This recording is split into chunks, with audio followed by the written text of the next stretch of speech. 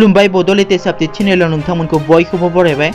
दिनैनि फार्स्ट आपडेटआनो जाहैबाय एलइटि उदखारि हान्जानि सोद्रोमा इद्रिस भाटआ थैबाय। हादरा कर'ना भाइरासजों दावहा नांनायाव नांथाबगासिनो।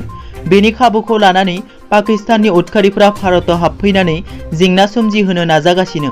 मैया जम्मु एन्ड काश्मीराव एलइटि उदखारि हान्जानि सासे सोद्रोमाखौ भारतनि सिकिउरिटि फर्सआ बुथारनो हायो। बे उदखारिनि मुंखौ इद्रिस भाट होनना सिनायथिनाय जादों।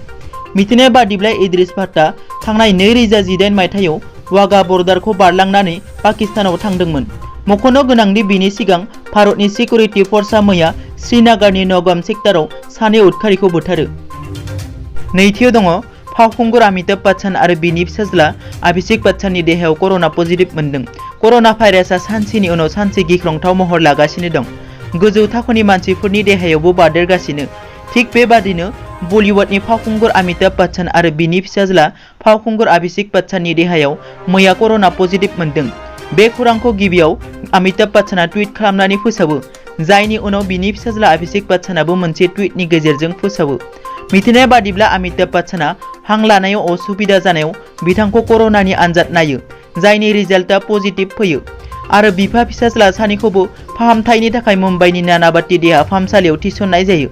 मख'नो गोनांदि अभिषेक बच्चननि बिमा जया बच्चन, बिसि ऐश्वर्या राय बच्चन आरो फिसाजो आराध्या बच्चनखौबो कर'नानि आनजाद नायदोंमोन, नाथाय बिसोरनाव नेगेटिभ फैयो।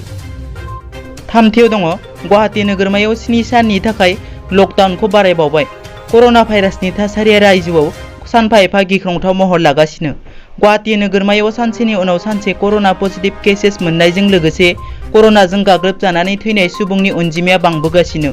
बेखौ नोजोर होनानै आसाम सरकारा गुवाहाटी नोगोरमायाव दिनै 12 जुलाइनिफ्राय 19 जुलाइ खालारसिम 7 साननि थाखाय लकडाउनखौ बारायबावबाय। बे खौरांखौ आसामनि चिफ सेक्रेटारि कुमार सन्जय कृष्णआ मोनसे टुइटनि गेजेरजों रोखा खालामो। मख'नो गोनांदि गुवाहाटी नोगोरमायाव गासै गावारि आरो सरकारि मावख'फोरा गासैबो आबुङै बन्द जागोन।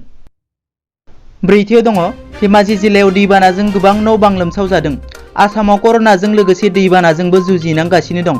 धेमाजि जिल्लानि सिङाव थानाय नावखाथा गामिया गिख्रंथाव जुब जुब अखा हानायनि जाहोनाव दैबानाजों लोमसाव जादों। रिपर्टनि बादिब्ला 25 नखरनिबो बांसिन नखरा दासिम दैनि सिङाव गोदोनानै दं।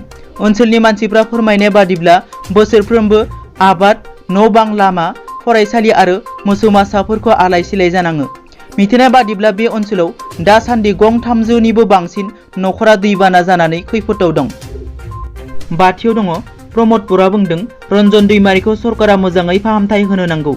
इउपिपिएल राजखान्थि हान्जानि आफादगिरि प्रमद बर'आ मैया खौरांगिरिजों मोगा-मोगि जानानै एनडिएफबिनि बारग' आफादगिरि मानगोनां रन्जन दैमारिनि देहायाव कर'ना पजिटिभ मोननायखौ आसाम सरकार आरो भारत सरकारखौ मोजाङै फाहामथाय होनो खावलायो।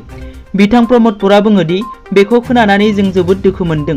बिथांखौ जोबथेसालियाव थानाय समावनो कर'ना पजिटिभ मोनदों होननायखौ खोनानानै आरो आबुंलावरिनि खाथियाव आरज गाबदों, जाहाथे बिथाङा थाबैनो गाहाम देहाजों थाबाय थानो हायो आरो बेनि थाखाय जिखिनि बेबस्था खालामनो हायो बेखौ सरकारा जेरैखि जाया खालामनांगौ। बिथाङा बर' हारिनि थाखाय सेक्रिफाइस खालामबोनाय सासे दैदेनगिरि। बिथांनि गाहाम देहा आरो गोलाव जिउखौ जों अरायबो हास्थायो। दिनैनि निउस आपडेटआ एसेनोसै। नोंथांमोना जुदि आंनि चेनेलखौ दासिमबो साबस्क्राइब खालामाखै, अन्नानै साबस्क्राइब खालाम। गोजोन्थों।